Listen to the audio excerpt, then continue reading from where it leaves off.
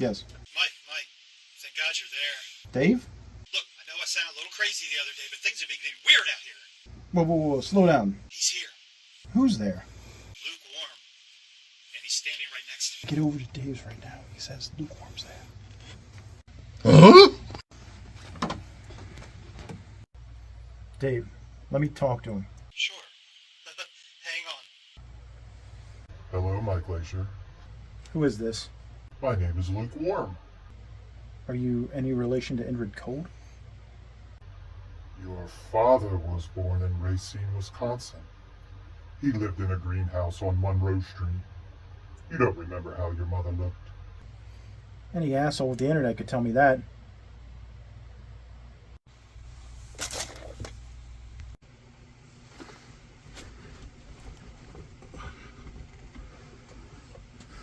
Where's my watch? In your pants. Up your ass.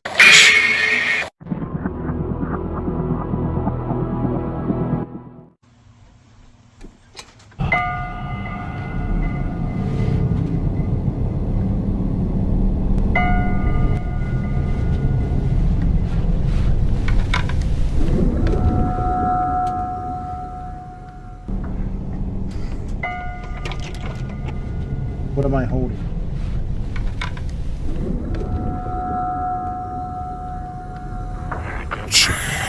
Chapstick. It's not Chad's dick. I said chapstick, you idiot. Oh, yeah. You're reading my mind. I have no need to, do I? Reading my mind.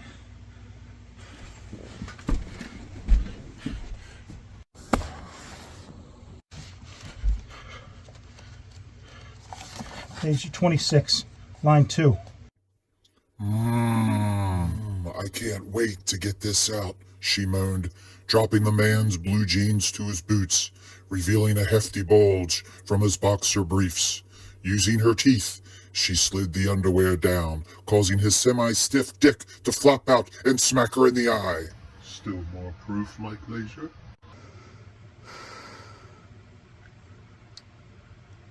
Can I ask you something? Why ask me what you already know, Mike?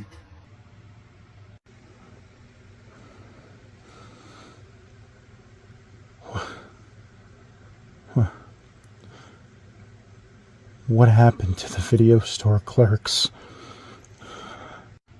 You were there. The video store clerks cannot be found by looking.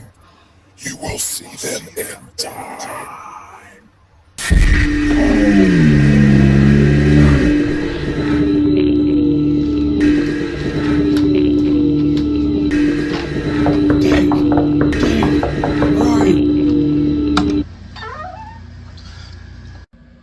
What's up, Chad, man? Everything all right? Did you just call Mike? Nah, man, I've been asleep since 9.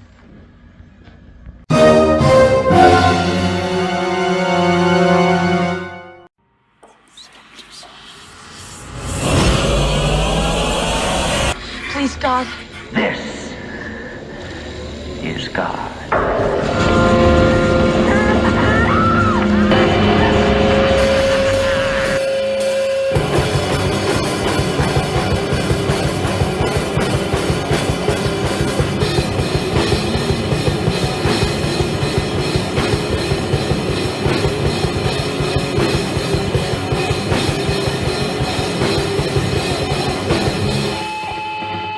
Welcome to the store.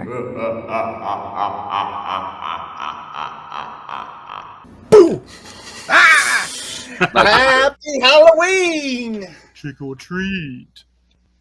We trust Yeah, what they everyone's said. happy, safe, and happy Halloween this year, 2023. This is our second annual Halloween special, and we are still trapped in the video store. But that's good news for you, because that means it's time once again for the Video Store Clerks Podcast! Oh, yeah. We are your clerks for the evening. I'm Dave. I am Mike. Chad, man. Nasty. Good. And tonight we have some very special treats for you, as well as many tricks, as we will be discussing the 2002 supernatural thriller, The Mothman Prophecies, directed by Mark Pellington and starring Richard Gere and Laura Linney. We'll also be talking about the events in Point Pleasant, West Virginia, that inspired said movie, the book's author, John Keel, and whatever else. Because it's our show, we can do what we want. And it's Halloween. But as always, we will start the program, as we always do, with the news.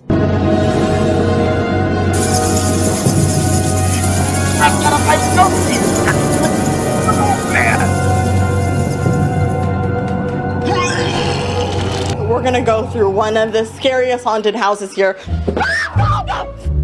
Okay, so there's my.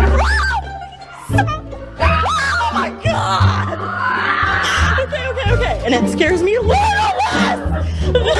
I'm so shaky right now. We're gonna. Stop! Oh my god! Okay! Oh my god! Oh my god! So we're gonna wrap it up, but come on out here to Fright World, guys, because I think this is the end of it for me.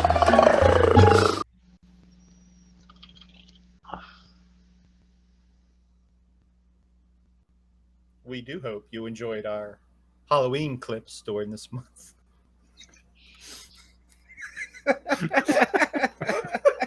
What the hell? Sorry. Among many other fun things in the news, we don't have our box office results yet because of time, space, continuum. But I heard. I did. Oh, my bad. I was just saying, it looks like Five Nights at Freddy's is #1 right now. You are correct, sir. Boom! Breaking the records. Projected. My son and I have definitely been a part of that, like just all around. My son has watched it 6 times since Friday. 6 times. So it looks like it will, in fact, dethrone T Swift with a projected 78 million, which is pretty damn good. Pretty good. Oh, let's just get these over with. Matthew Perry passed away as of this recording. I think it was yesterday, wasn't it? Yep. Supposedly drowned in his jacuzzi. 54. Yeah, I thought it was his pool at first. They just said he drowned, and then I found out today that it was like a hot tub, and I was like, "Oh shit!" So like he just basically, like they said, it was like a cardiac arrest or whatever, and he was just chilling in his hot tub, and then boom. Like that's kind of maybe he was really relaxed. Maybe maybe he hopefully didn't feel any pain. It really sucked. I wasn't really that big of a Friends fan until my ex got me into it, and Chandler was always a character I related to in a lot of ways. He was a smart ass. He had a heart, but he knew how to give out fresh shit to everybody.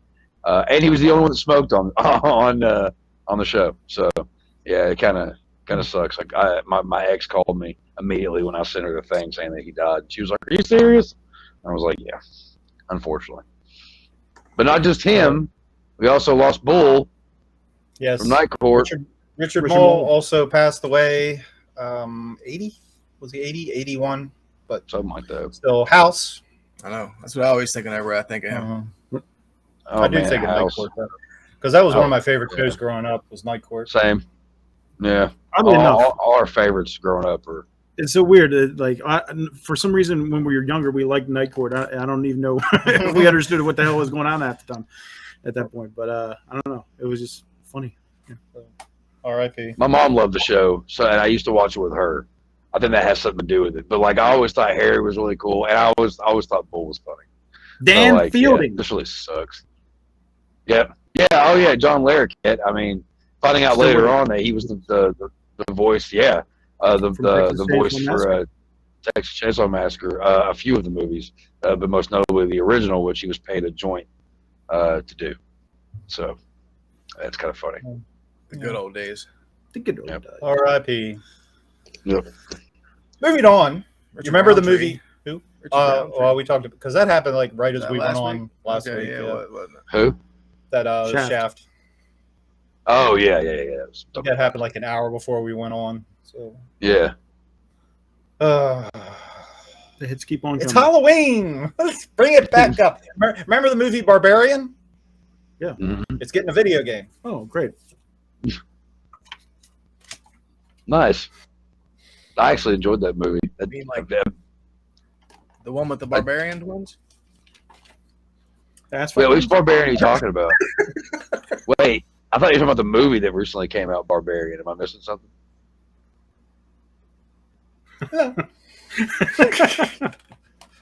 Conan the Barbarian. Oh, Conan the Barbarian. I thought you just said Barbarian. Hmm? Is it? Hannah Barbarian. What? Shut up.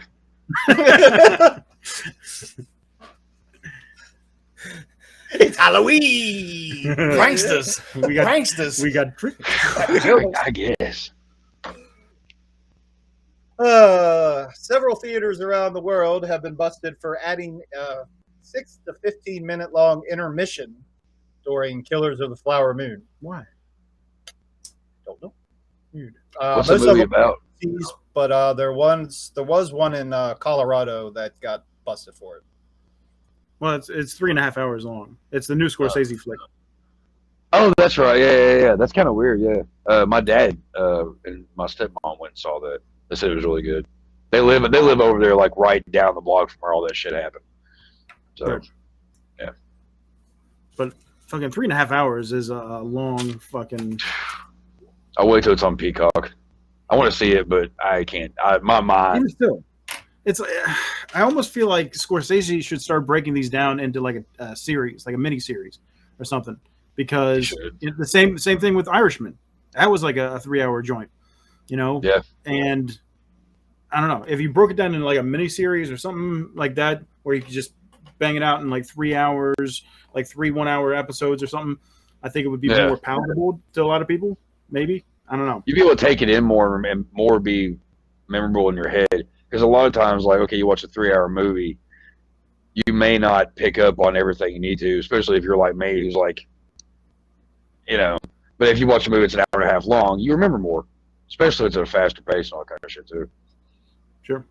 This is how I am anyway. That's how I am too, and I piss constantly. Yeah, we're old timers now.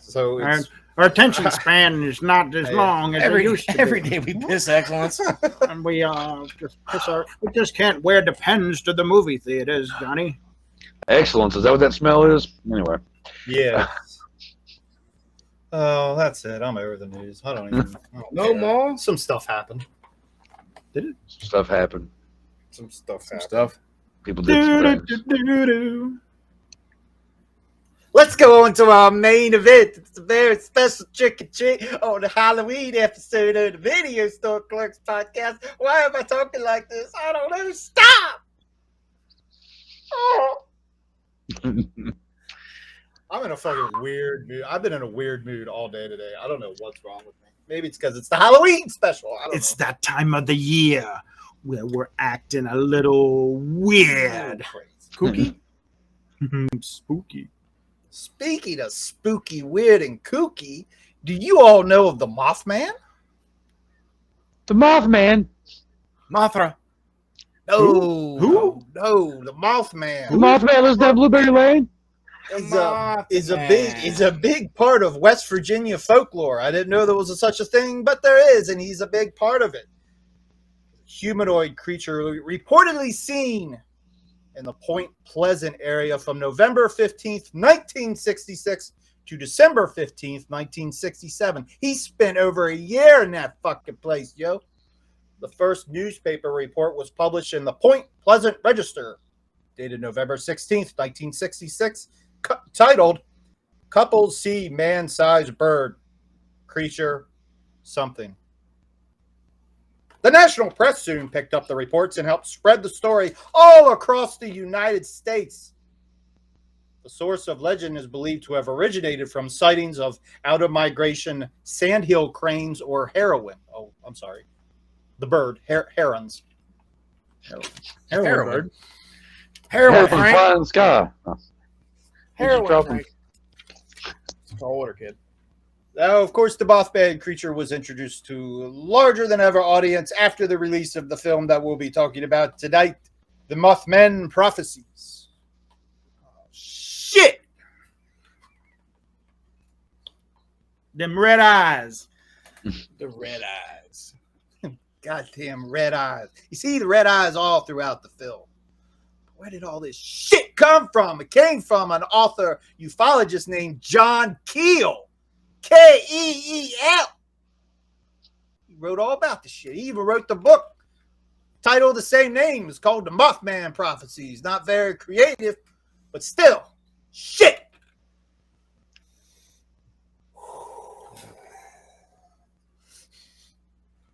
He gets very excited about the Mothman. Lord. Craziness. But no, I've always liked this movie. I've always Me liked too. this movie. I don't feel like it gets enough love. It's one of those that kind of came under the radar and everyone just kind of forgot about. It had a weird release date, too. It came out in January of 2002. And January has always been notorious for not being a very good month for horror movies, especially. I mean, I don't know if this is a horror movie. It's more of a thriller, I think. Thriller. Supernatural. Supernatural thriller. Well, you said something about people might have had a problem with Richard Gere being in it. Yeah, that's what I was I thinking. thought Like, it was a good point. this is the only time Richard Gere's really gone into this genre film. And I think whenever it came out, the people that are probably accustomed to seeing Richard Gere in a film were kind of like, what's this? Like, this is different. Isn't the romantic comedies or all the stuff they're used to seeing Richard Gere playing. It's Where's the hamster? No gerbils. None of that. Your boy allegedly started that rumor. You know that, right? Who? Sly. Oh, really? Yeah, that's what they say. That he started that rumor about the gerbil. That's hilarious. He denies That it, is actually- obviously. Oh, yeah. I wonder why. That's hilarious. But yeah, that is the rumor. Well, that's purely speculation. We won't dive into that. That's for another episode. But no, I think Richard Gere fans were just kind of like, what is this? This isn't what we usually sign up for. And it might have turned off a lot of his fans. And maybe like horror, supernatural people were just kind of like, I'm not a Richard Gere fan. So it kind of goes both ways. I don't know if that was a thing, but I could see that being one of the reasons that kind of turned some people off to it. Yeah, I can understand that. But yeah, I don't know. I didn't mind it at all, maybe because I haven't seen a lot of Richard Gere movies, so I didn't really care. No. Maybe. I don't know. I think he did a good job. I think he did too. Yeah. I think they all did. oh yeah, like I'll be perfectly honest. Like I said before we got on here, I didn't have a chance to rewatch this. Last time I saw this movie, let's see, it's 2023. I saw it in theaters. Goddamn. Yeah. I liked it though. I remember certain things about it. I didn't. If only you had time to watch this in the last 21 years. Well, the thing is though, like, I mean, when it comes down to the show, like, it's just been really hectic lately. But I do remember not having any clue this was actually based on all this shit before I watched this movie. I was just like, oh, it's a horror movie, you know, whatever the fuck, some creature feature. Went and saw it, and I was like, oh, this is crazy. And then, like, when it was like reading on the shit on the end of it or whatever, I think it was, or like it talks about it or something, I kind of looked more into it at certain points and found out that, wow, this shit is actually like legit. Like, this isn't just like based off of, this stuff actually happened in this place, and it's pretty intriguing. I don't know why. Sorry. it's one of those things. It's unexplained. You know, all these sightings from people that were like legitimate people. They weren't weirdos or drug addicts or anything like that. Like they say in the film, these are church going people that are filing these reports that they've seen something strange, and then for it all to end and culminate with the Silver Bridge collapse, it seems like there's something else going on. Like there's some otherworldly element that I was just going to say that. I was just, I don't know why I haven't watched this movie again. Is all I was going to say. It was like, it really is a good movie. I remember really enjoying it. And anything that's based off, off real stuff or whatever, it's kind of like, well, what's real and what's, because a lot of times, it's like Texas Chainsaw Massacre. Well, there's only a little bit of that, but it's like, this is like, there's a whole chunk of this. It's actually like factual. Now they did fuck around with dates and numbers and things of that nature, but the actual situations that happened with the bridge collapsing and all that shit actually happened. And when we learned more about it going to the museum, that was interesting as fuck to me, because I learned more that I didn't even realize. And yeah, going back to the thing you said earlier about how West Virginia has this weird cryptid shit all over. I didn't realize that was a thing either. I had heard about these different cryptids, but I didn't know that all of them were so close together until I went to one little booth that had a bunch of shit talking about it, and I was like, wait, that's from there? So like, I don't know. Like, I think it's a pretty fun movie, but I don't remember. I remember certain things. I don't remember everything about it, but I do remember enjoying it quite a bit. So why haven't I watched this movie like 20 years? I don't know. I guess I just had, I don't know, because is it like 2 hours long? How long? Yeah, roughly. Yeah. Like, I don't know. I guess there for a time period I only watched movies that I couldn't watch movies that were 2 hours long. But wait a minute. But didn't you just watch Five Nights at Freddy's 6 times and that's 2 hours long? Okay, technically I watched it twice. He watched it 6 times, but it's been on. So you should have just slipped Mothman right in the middle of all that. Yeah, that's not that easy. Like, hey, you like Five Nights at Freddy's? You're going to love the Mothman. This movie. Yeah, no, I did tell him about it because I tried to get him to watch it after, because I couldn't remember how long it was earlier and stuff, and he wanted to watch another movie, and I was like, well, just put on Body Bags. So we put on Body Bags. And after that, I was like, well, I was telling about the Mothman, and I was like, but he wasn't having it. He was like, we can watch it tomorrow night. I was like, I'm not doing a podcast tomorrow night. Like, I'm just going to have to, Daddy would just act like he knows. But I figured that wouldn't, I don't want to lie to the people. I'm a fraud. But it's like Mothman doesn't get enough love in the folklore world. He's up there with like Bigfoot and Loch Ness and all those other guys as far as actually being a legit legend, folklore legend, and yet he's like at the bottom of the barrel when it comes to people recognizing or being familiar with the story, which is a shame because it's very intriguing. It's very, like pretty much sightings everywhere, all across the country. Yeah, and like all the different shit I've been reading about. Well, especially since like technology, you've got so many like the belief and all this stuff is bigger than and more powerful than it ever has been. Because there's people like that are still skeptics about certain things, but I mean with technology the way it is, we see videos all the time. I mean, there's YouTube channels that are dedicated to Nuke Top 5 and Slap Tam and that shit or whatever. They're dedicated to showing videos of people catching things like Bigfoot and different ghosts and all that kind of shit. So it's like, I don't know, it's pretty terrifying, but at the same point, it's kind of fun to think, yeah, I believe it, But I mean, fucking Bigfoot never killed anybody. There's no death record. Loch Ness never ate anybody. That we know of. Purely speculation. I mean, I've watched some videos of Bigfoots. Like there was that one video I watched where like it's somebody was hiking.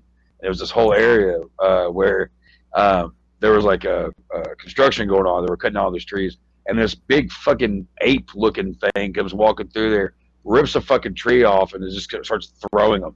It's fucking crazy. And it looks fucking real as shit. That's fucking creepy. And Mothman flies. That's even creepier. Yeah. Ugh. I think he's the scariest of them all. I think I'd be terrified if I ran into this guy. Yeah, I don't want to run into him. Bigfoot's just running around eating fucking berries. Berry. I was gonna say he's eating beef jerky. That's what I just said. Beef jerky. And Loch Ness is just chilling, like taking a swim. Yeah.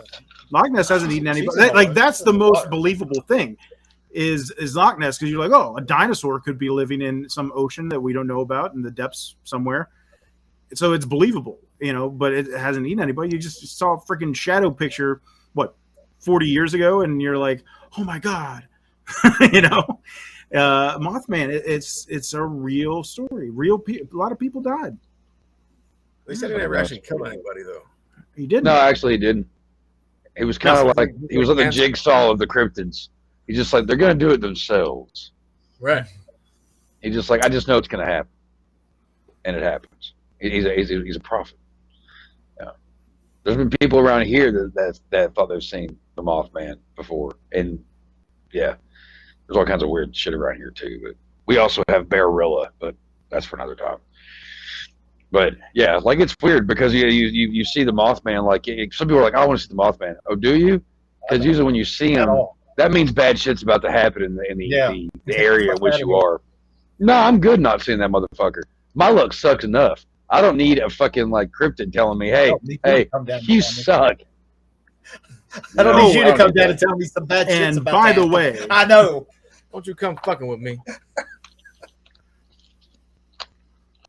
And that's the thing about the movie is the creep factor. It's so fucking creepy. And it lets off a little bit, I guess, in the second half of the movie, but the first half of the movie, that shit's on point. The shots, the music, there's maybe one jump scare, maybe that part when he hits the car. But there's not an over-reliance on that, like a lot of movies that started coming out around that time. Yeah. The music, all the performances, I think it's all there, man. I don't know why this movie doesn't. I mean, I don't pay a lot of attention to Rotten Tomatoes, but I think the score on it is pretty low. I think it should be like way higher. I think it's down to 50% or something like that. I think go ahead. Go on. All right, go ahead. I was going to say, once it really kicks off, once Richard Gere's character gets to the town, that's when it gets like right off the get-go.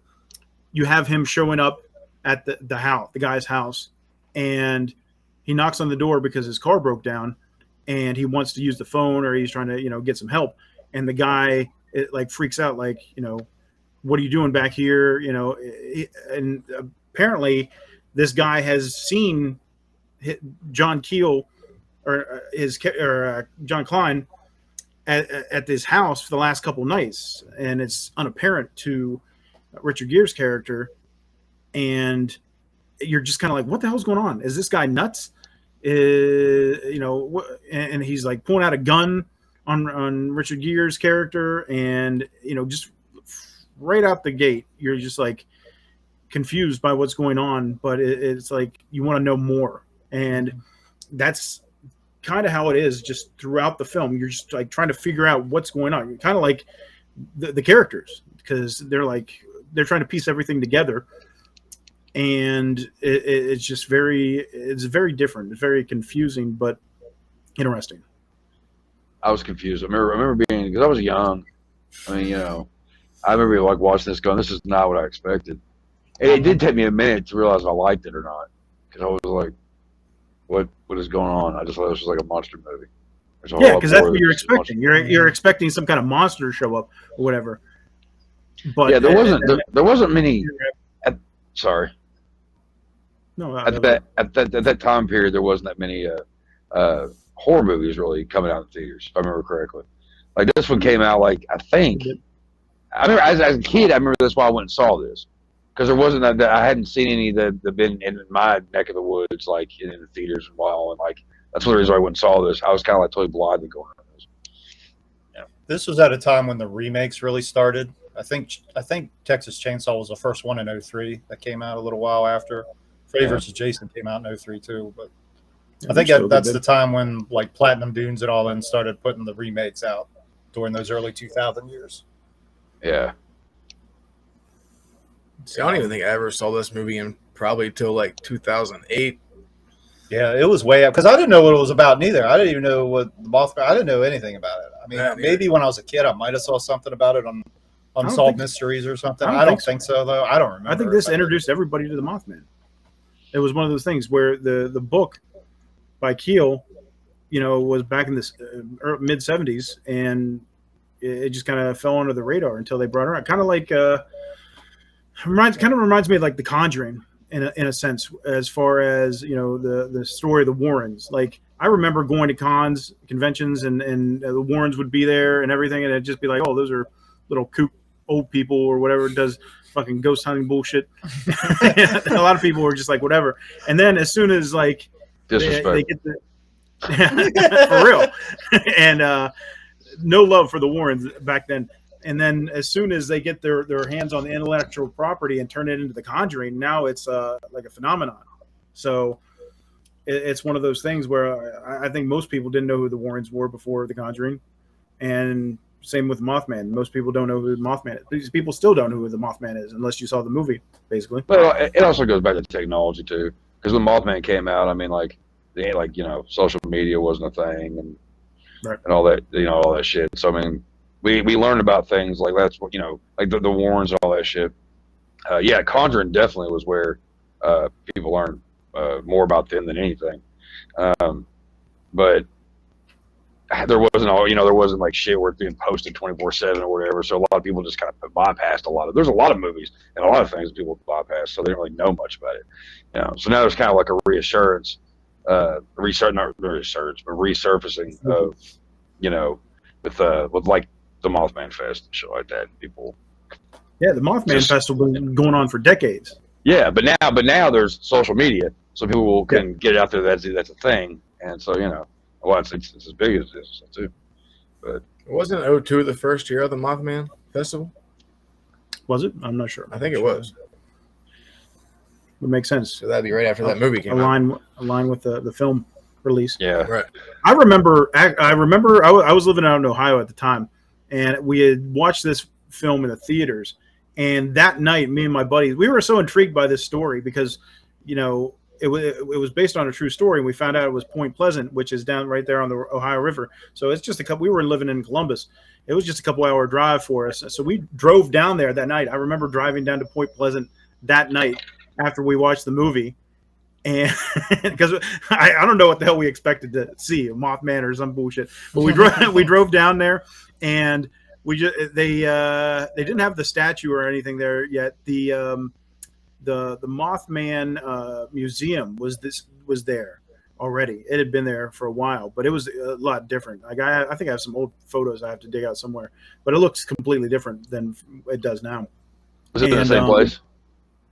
I don't remember because it was just dark. I remember we just drove into because this was back, before we got to get on Google or Yahoo Maps and print out this shit to get directions. Yeah.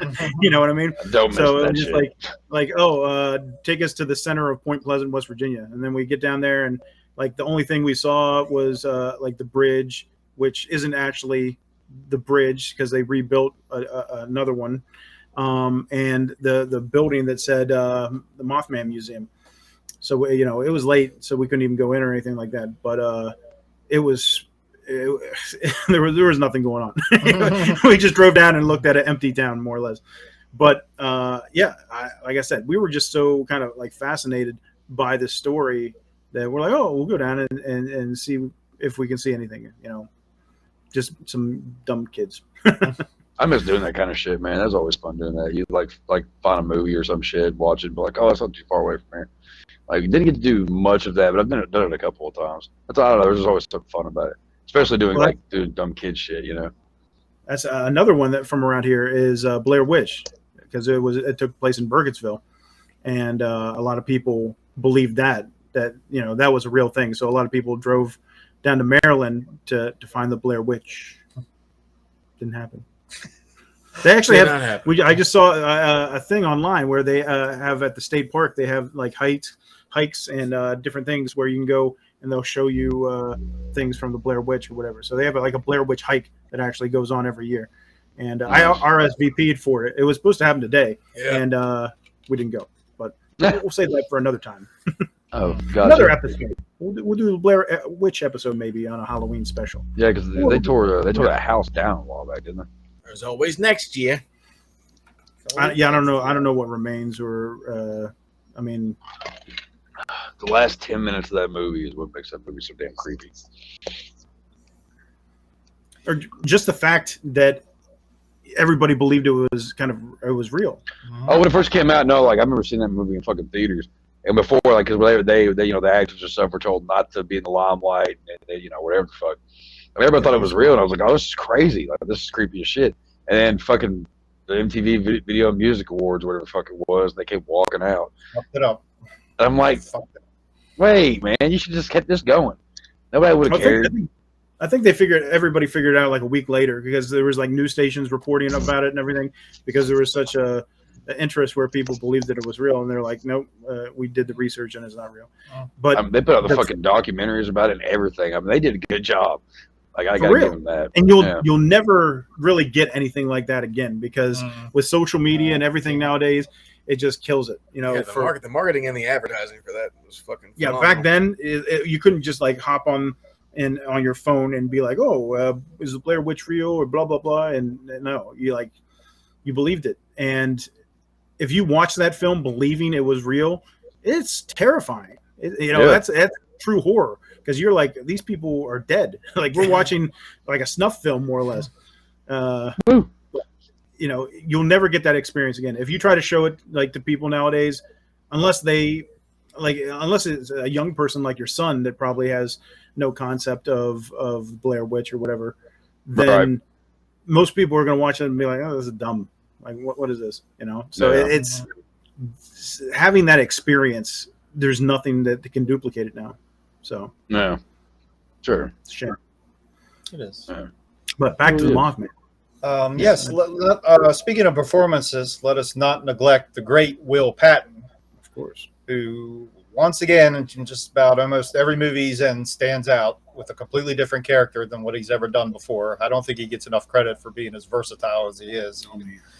He can play this character in the Mothman one minute, he could be a gangster, scare the shit out of you the next minute you want to knock him out, the next character you want to hug him. I don't think he gets enough credit for being as versatile of an actor as he is. So many films too. Yeah, he's been in a lot of Who is it again? Will Patton. Will Patton. I know the name. Okay, you Yeah, know you're not gonna remember from the new Halloween franchise, the sheriff. Oh yeah. Sheriff Hawkins. Oh, that guy. Okay, yeah. Yeah, Armageddon. Okay. Well, I've List goes on. never seen all of that movie. So. Was he in Gone in 60 Seconds? I think it's. Yep. Oh, okay. I fell asleep during that movie Were you asleep in 60 seconds? in the theater. It's like gone to sleep in 60 seconds. Yeah, I got tricked to see that movie. He loves Nick Cage. That's I happening. don't have a problem with Nick Cage anymore. At the time, I did, and I agreed to go out with this chick, and she wanted to go see that. And I was like, I thought we were going to go see this other movie. She goes, nope, we're going to see this one. And I was like, that sucks. I better be getting head later.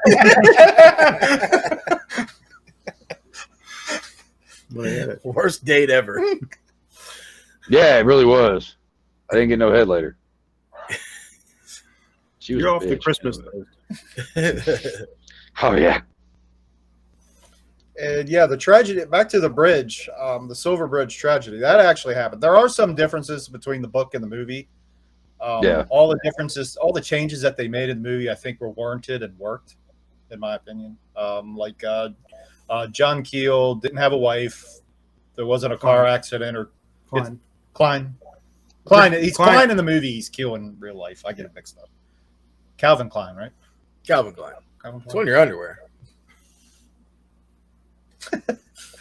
Hopefully everyone out there gets that reference. Yeah. It's going to be weird if you're sitting here in your underwear. Surprise. David is not sitting in his And underwear. then that boy was me. In the Silver Bridge, 46 people actually did lose their lives. Like at the end of the movie, it says that they never figured out what happened, but of course they did. Yeah. It was faulty cable or something or other. What was it?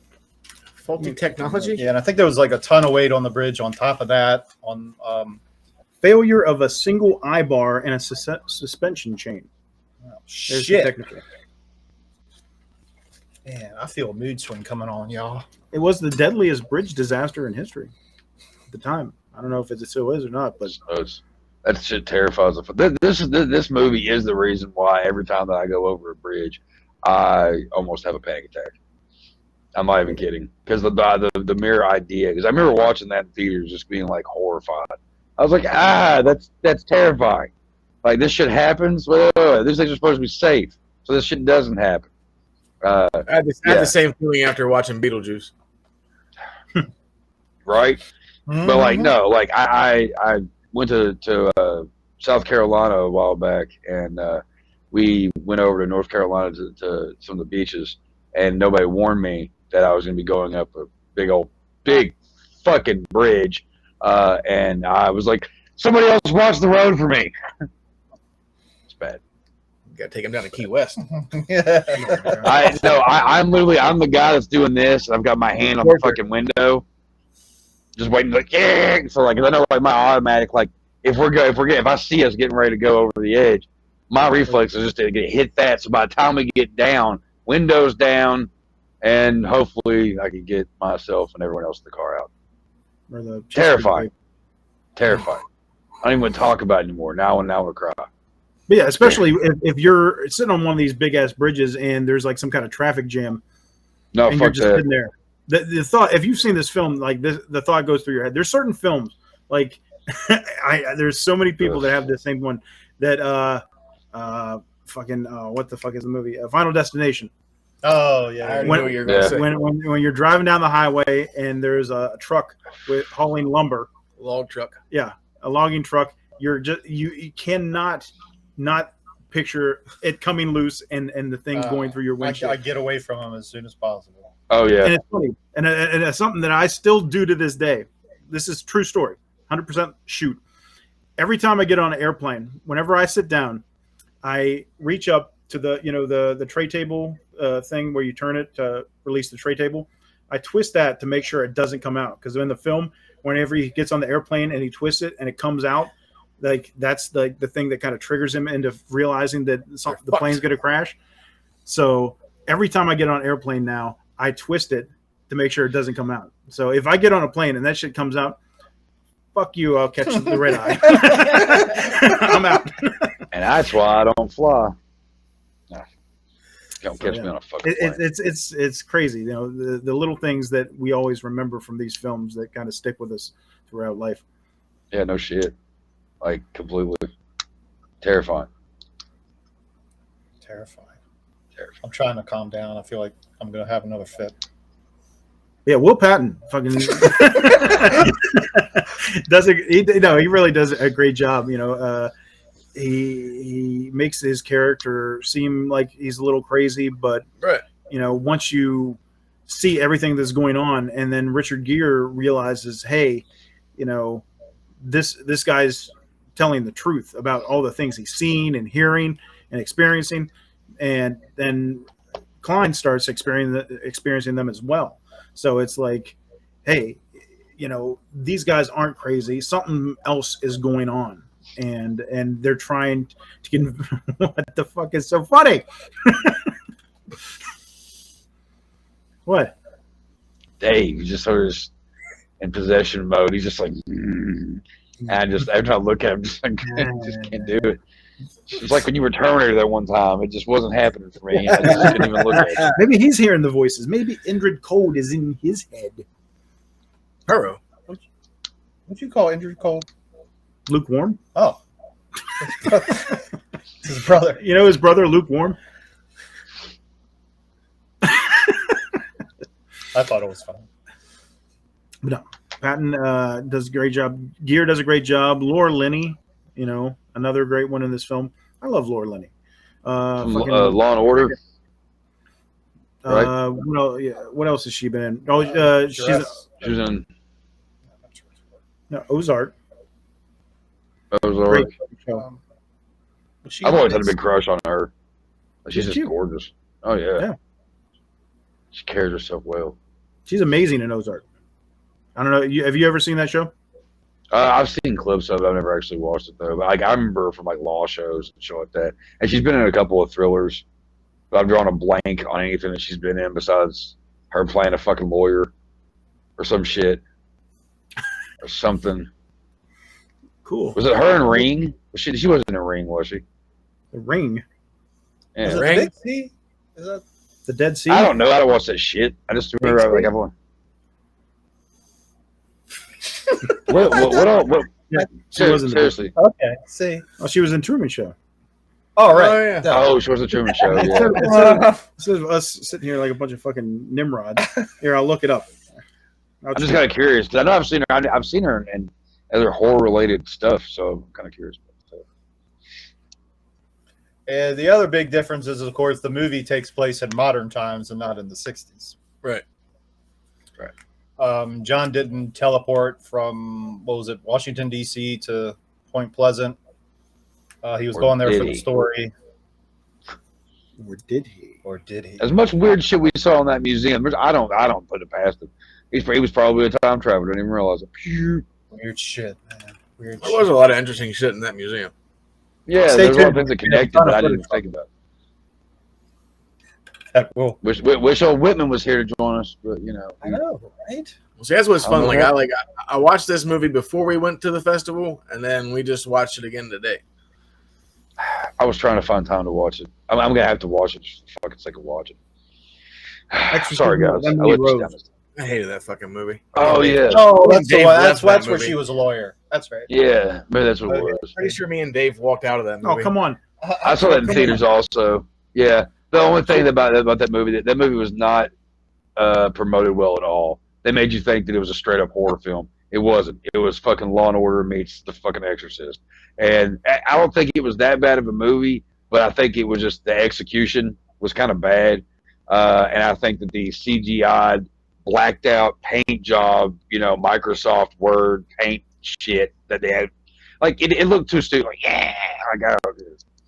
See, for me, with the exception of the Exorcist films, like any kind of possession type film, I don't really buy because I guess maybe because I'm just not religious at all and don't believe in that shit too much. But I'm not religious either, and I'm kind of believing in all possession films just are kind of hit or miss for me. Most of them are miss, but there's a few out there that I'll fuck with. Well, I think it's mainly. Yeah.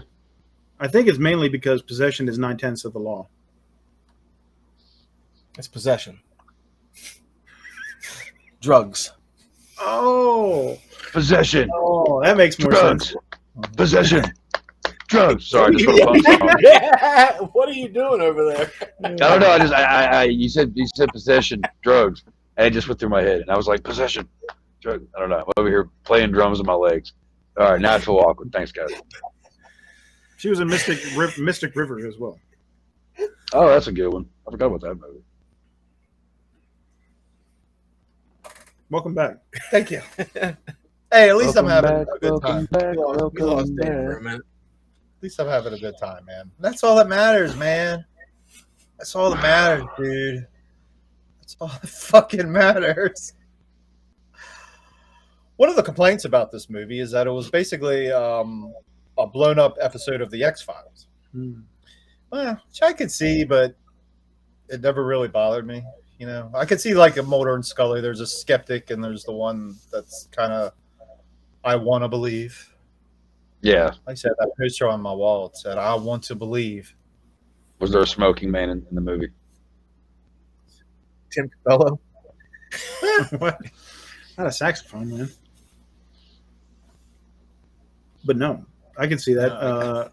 Did they ever do anything on the X-Files with Mothman? Not that I remember. I don't think so either. I think they did everyone but that. But they did Chupacabra and fucking... Yeah. They had a Bigfoot one. Most of them were probably in the first 2 seasons. It's fucked up because every time I think about this movie, for some reason, David Duchovny just pops in my head. Because you could totally see him playing Richard Gere's part. Scully.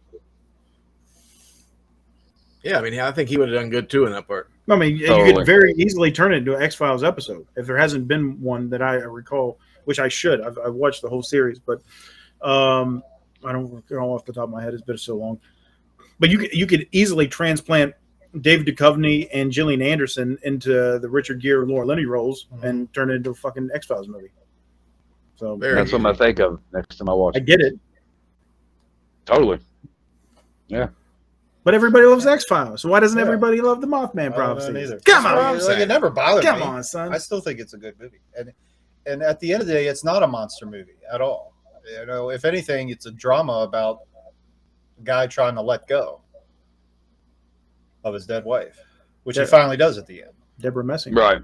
Yeah. Who? Yeah. At the time, it was also adorable. And yeah, it looked like with this, she was going to start breaking out in the movies, but she never really kind of did.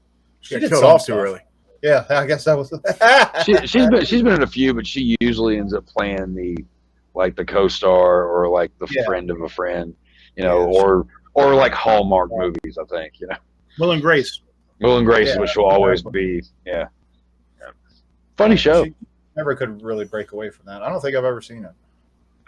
My mom is the reason why I've seen that movie or that show. but she doesn't have a big role in this film. You know, it just starts out. You know, she introduces us, you know, to declines and sets the tone for what ends up happening, leading Richard Gere's character to Point Pleasant and all the things that transpire.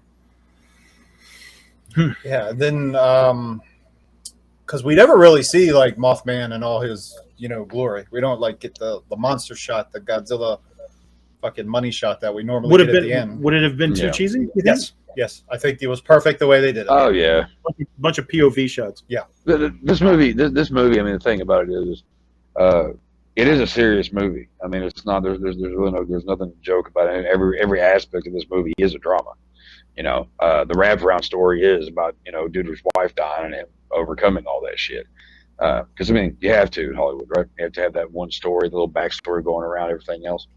But don't. I lost my thought. Perfect. Thank you. Because this movie is a very serious movie, and you know, it's a nope, did it again. Fuck me. Go on. There was that part towards the end where Will Patton's character describes his encounter with him when he comes up to the truck. Indrid Cole, he pronouns, pal, or Indrid Cole. Will Patton. I've heard his name so much. His shoulders slump, like almost like Freddy, and he kind of has that long jacket on and the odd-shaped head. Well, you haven't seen the movie in 20 years. You have no idea what I'm talking about. Okay. But there is. I think it's funny that we keep talking about the scene where he calls him on the phone and we hear his voice, or what he thinks. Because I feel like that's Indrid Cole doing his impression of what he thinks a human being would sound like, and that just makes it more creepy, in my opinion. I thought that was one of the most creepy parts of the movie. Was the phone calls? Yeah. When you hear his voice. Those were creepy. He called and said that he was sitting there with him, so he would know what his voice sounds like. So he probably just mimics his voice just to get him to go out. Mm-hmm. I don't know. The voice didn't do anything for me. I wish the voice would have been creepier. I would have loved almost to have like the chick from Poltergeist voicing it, like that kind of voice. You know, little old lady. Yeah, Rubenstein. Okay, I know. Okay. I was trying to get a picture in my head of what William Patton looks like. Yeah, he's kind of irritating in just about everything he's in. You're still on him? Oh, I just looked him up to make sure I was like, remember who the fuck he was.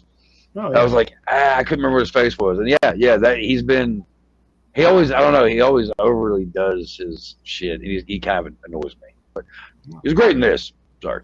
Mm-hmm. Just bury the guy. He ain't dead yet. He ain't even dead.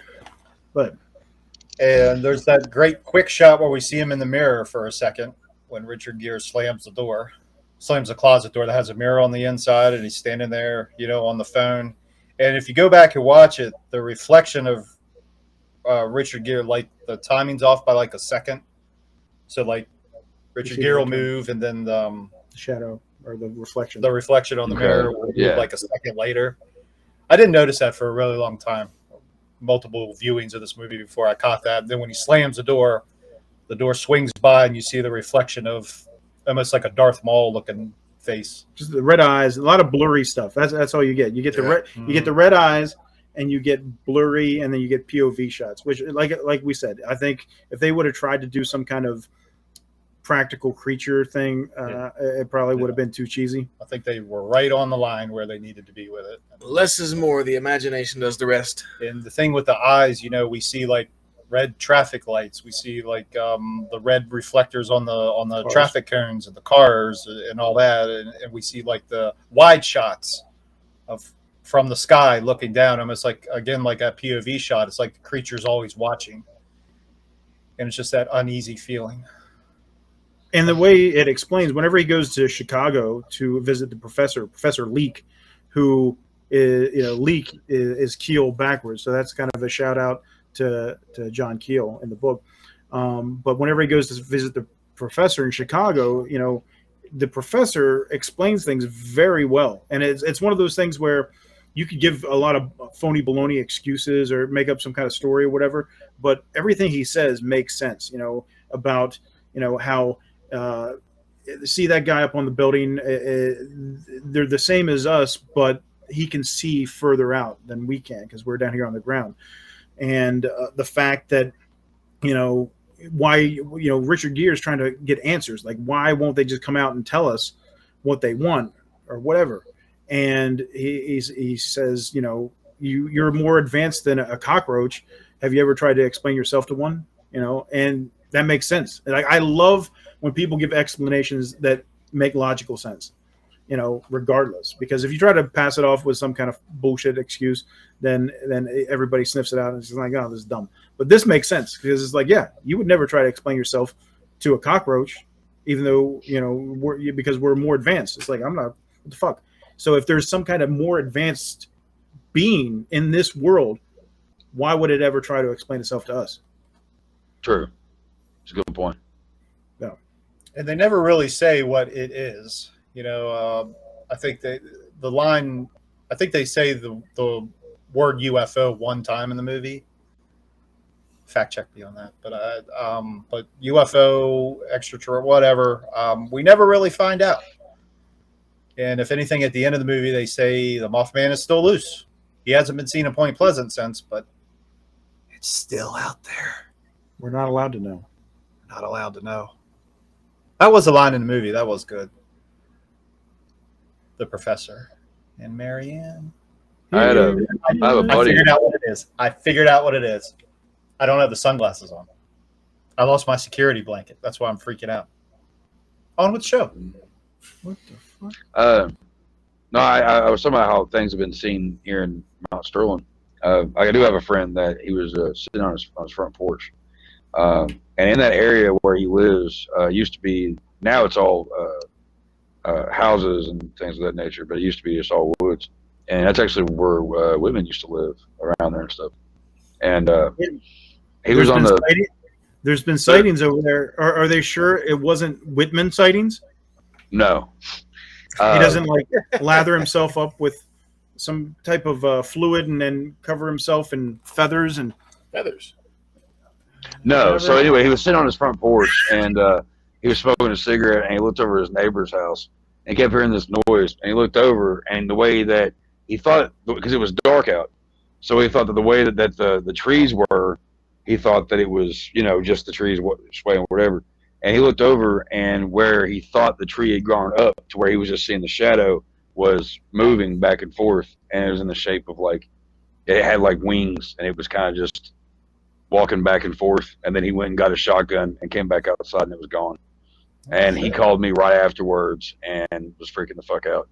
And yeah, he told me all about it the next day. It was kind of weird. I'll tell you who it was whenever we get off here, but it's kind of interesting. It's kind of, there's more to it, but it's kind of interesting. Oh look, there he's got a security blanket on again. He's happy. He's good. He's chill. Fucking Linus. Twyla. All right, we're doing good shit here. But yeah, like I mean, you know, and that's one person. There's been other people that I've heard that have seen things like that around here too. And there's been those videos too that have been seen in Ohio. There's been over in Point Pleasant. Obviously, there's been videos of shit hanging off bridges and shit. But in Ohio, there was a video that always freaked me the fuck out of like people walking on this bridge. I thought it was where we were, but I looked back at it. It was in Ohio. But on this bridge, and it's all lit up, and there's people walking across this bridge, and there's cars going by and all this shit, and you see this thing underneath it, like it has wings and it's got arms and legs, and it's like fucking creepy. And there's another picture that I saw. These people saw they took a bunch of snapshots like years ago, where it's like it's a bridge and there's like this thing on top of it and it's got wings and it just dives off. And then this also goes on with the technology aspect of things, with all these videos and shit, because in other countries, there was a video that I saw last year that freaked me out. It was in Barcelona or some shit, where at the top of this building, they were filming. There's people like freaking the fuck out. There was this giant thing with wings, like crawling at the top of this fucking like tower or some shit. It was like this big old building, and it was like, and it looked pretty fucking legit. I mean, you know, the shit's out there. I don't doubt it one fucking bit. You know, we live in an age now where the government has come out and said that we're not alone, and that there's proof everywhere. So anybody that's a skeptic at this point, well, you're just in denial. Because I mean, people are always like, well, I want proof. Well, even when you're shown proof, you don't believe it. That's the problem. It's being shown to you all the time, and people don't want to believe it because they were always taught that monsters aren't real. And unfortunately for those people, monsters are real and they're everywhere. And yeah, and Mothman is just one of them. I don't know. Sorry about that little spiel, but that's how friend or foe? Mothman, friend or foe? Friend. I think he's a friend. I don't think he's a problem. I mean, he didn't kill nobody, and he's like, you know, like I said, he's a prophet, which means he's not there to do anything but warn. And you know, he's Ralph in Friday the 13th. You know what I mean? He's like, there's a death curse. You're all gonna die, and no one listens. And then guess what? Everyone fucking dies. And Mothman comes around and goes, "Hey, big eyes, you're all gonna fucking die. Pay attention. Class dismissed." Like, I tried to warn you, but you don't listen. Yeah. More friend than foe, I would say. Oh yeah, you know, not like some of them, you know, like the Jersey Devil and shit like that. Like, you know, you don't want to fuck with those guys. They're not ever good. I think we go looking for the Jersey Devil next. What's interesting, a little Easter egg for you. You mentioned being a prophet. A little fun fact is the clock radio in John Klein's motel reads 6:14. It's a biblical reference to John chapter 6, verse 14, which reads, "This is indeed the prophet who has come into the world." So there you go. Yeah. Circle. Creepy. Circle. What about Austin 3-6 town? I'm just kidding. Yeah, again, That's one of my favorite moments. Sorry. What? This movie didn't get enough love, man, and I don't understand it. I think Roger Ebert gave it like 2 stars. Every time I watch it, I like it more. He praised the director, but he just said it was a lousy screenplay. I don't agree. Well, I mean, that's fine. That usually means it's a good movie in some way, shape, or form. If those fucking idiots thought it wasn't good, it's good. Fuck them. They're dead. It don't matter. I don't know. Yeah, I mean, maybe you could trim it down a little bit. Maybe there's some stuff you could get rid of and condense it a little bit and make it a little bit more fluid. But overall, you know, there's not too much. Like the acting is on point. I don't think there's any you know, real bad acting that stands out. Just, you know, like scenes that stick out. Like I said before, whenever he shows up to Gordon's house that night, it's just so. It's one of those things where it could happen to you, where somebody shows up at your house at 2 a.m., 2:35 a.m. or whatever, and knocks on your door, some stranger, and they're just, you know, oh, my car broke down. You know, that could very easily happen. And then, you know, shit happens. Go away. Yeah. What happens if that happens 3 nights in a row? Is move. It's it's one of those things that is very believable, and like we've talked about with this whole story, it just fascinating. It's one of those things. It introduced me to the Mothman. I think you guys as well, and I think we love it for that. Yeah, is this like the only movie that I could think of that has to do with Mothman? Has there been other movies? Has there been like cheapy? I know of. They do like documentary stuff, but no other movies. Yeah. I don't believe. So honestly, how do you make another Mothman movie? I mean, like honestly, like there's been one thing that's happened. There's been a movie about it. Turn him into a monster. Yeah, you could go that route. They could go that route. They could, but then it's. I think they had the right idea with this one. Right. I think this. Oh yeah. Is so good because you don't really see them. Like you see blurred images, like because you don't really want to specify what it looks like too much, because then it just takes the fucking element away of your imagination, fucking just letting you wander and see where the fuck he's going and what he looks like in your mind. Yeah, because there's so many different sightings and different looks that he has. Some people say he's big and furry, has his big wings. Other people say that like he looks more like a bird. Like I don't know, like it's some people say I think there was one drawing that was in the museum where he looked like reptilian but had wings and was furry, like Well, I think we're sort of led to believe that he showed up a couple other times in the movie in human form. There was the nurse in the hospital. He was kind of he talked to like he didn't sound like this or nothing. But he kind of stumbled on his words a little bit, and he had this stooped shoulder while he's standing there. And I think even at some point in the movie, he has a flashback of that scene when he goes to the TNT factory, and that big hole's taken out of that whole front of the building, and it's like that shape. Yeah. Well, it's the chemical plant, but it's supposed to represent the TNT factory. Right. It's actually the real place is the TNT factory in Point Pleasant, where back during World War II. They would produce TNT there, and it was one of the biggest manufacturers of TNT. So, and the theory is that the Mothman lives out of there now, or there's been several sightings there at that location. So they think that's kind of like a base or a home for the Mothman whenever he was there. Yeah. So that's what if you ever go to Point Pleasant, you can go there, and there's abandoned little buildings and everything that are spray painted with graffiti, but it's been a long time, I think, since Mothman's been in Point Pleasant. So we go back to the festival next year and do the TNT tours. We might have to investigate full-blown investigation. I wouldn't be. I mean, there is like the whole thing of like he just comes back, like he just travels around, and just comes back and lives there somewhere. I kind of like that idea. Me and Whitman were talking about that. We're like, I kind of like the idea that maybe he just comes back, he just hides away.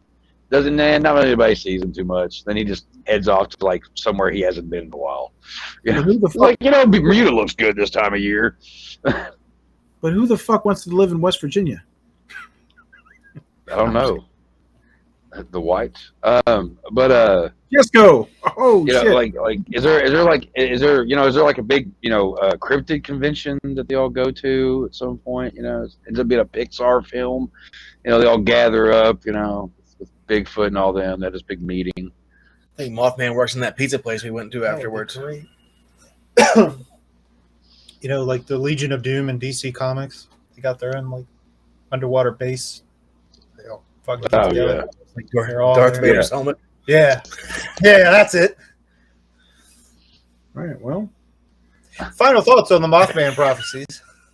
I think it's a decent film. I don't think it's like some blockbuster masterpiece by any means, but it's interesting because, like you said, Chuck, it's based on a true story, but it's not one of those ones where it's just a tiny sliver. There's a lot more to it, and it gives you a little bit more depth to what's going on. So, like I said, it's very intriguing. They do a good job. Richard Gere. Not a big supernatural thriller horror type guy or whatever. Did a good job in this one. Laura Linney, always great.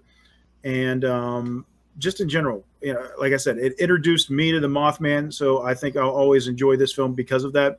And as a bonus, the Mothman Festival brought us all together for the first time ever. So that just kind of adds a little bit more flavor for me. It's like the video store clerks finally got to meet in person at the Mothman Festival this year, and it just adds to it where the Mothman has brought us together. So I think it was a great fucking day too. Yeah, man. It was.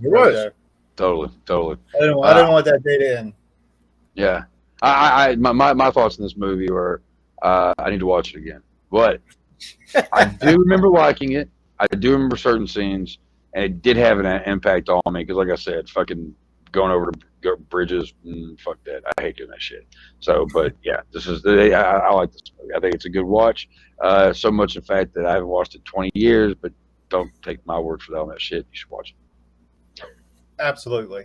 Yeah, definitely go back and check it out if you haven't seen it. It is a must watch. Yes. And we're going to have a special featurette from the Mothman Festival this year. We have B-roll footage that we've taken and packaged together. Dave has done a wonderful job producing this package just for the video store viewers. And, it's going to give you a little taste of what goes down at Point Pleasant, West Virginia every year at the Mothman Festival. And if you've never gone, it's a very cool festival where it's got that small town feel, and there's not a ton of stuff to do, but there's just enough stuff to do. You take a day trip and you enjoy it, and you get to see a lot of the history that goes along with Point Pleasant, and a cool museum and cool sculptures, art, vendors. Yeah, they do live music. They have all kinds of vendors there, some great food. And it's just, like I said, it's got that small town feel to it with that kind of weird flavor, if you will. Kind of like a gothic, not gothic, more of a Comic-Con type atmosphere. People are dressed up in character.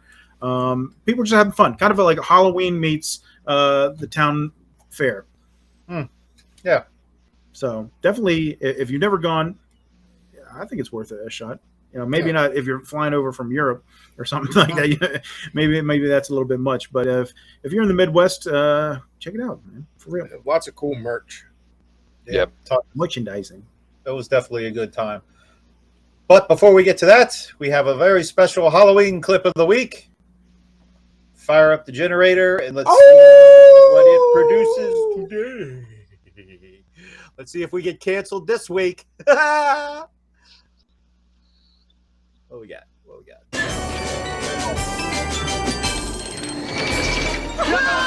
I'll kill you all. I'm every nightmare you ever had. I am your worst dream come true. I'm everything you ever were afraid of.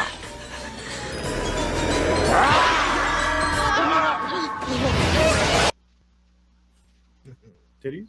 Is it titties? Wait, I'll float down here. I love that. Terrifying. And I'm not a big fan of that movie, or the first half of that movie. But Tim Curry, man. Fucking Tim Curry. Oh, yeah. You all met him recently, too. We did. We got the chance to meet him up at New York Comic-Con this year. And, it's a shame what he's had to go through with his health issues. But, it seems like he's progressing more so than falling apart.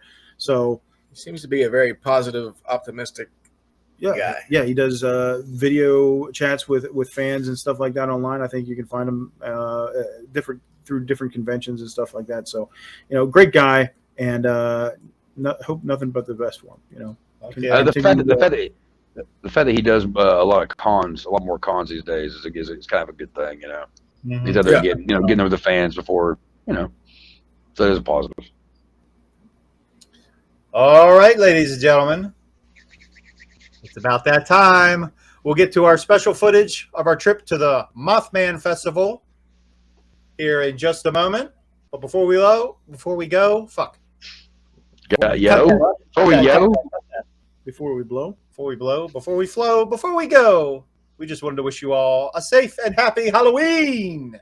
Yes. And we will be here next Tuesday. What are we doing next Tuesday?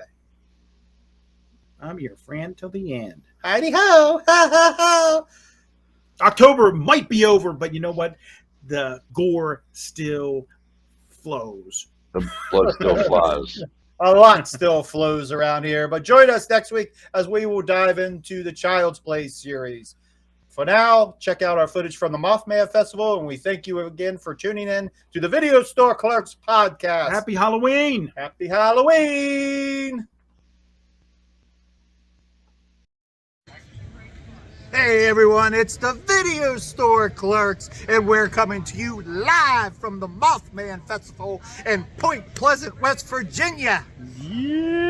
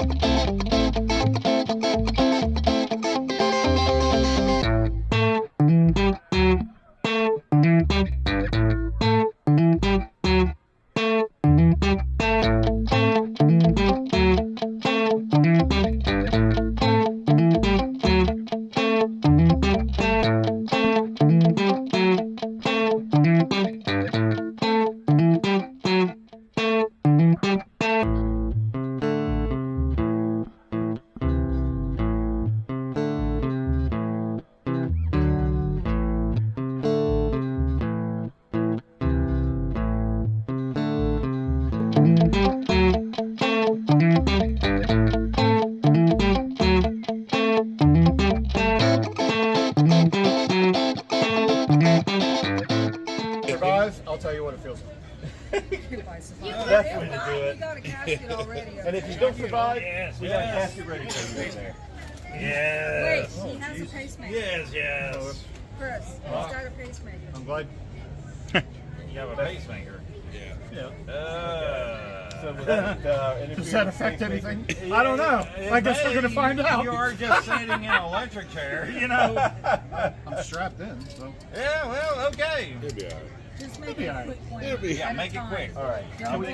Can we just make the sound effects? Yeah, actually, we can do that if that's more comfortable. Yeah. Are we more comfortable with the sound effects? Yeah, let's just do the sound effects. Okay. Any last words? Not my best finger.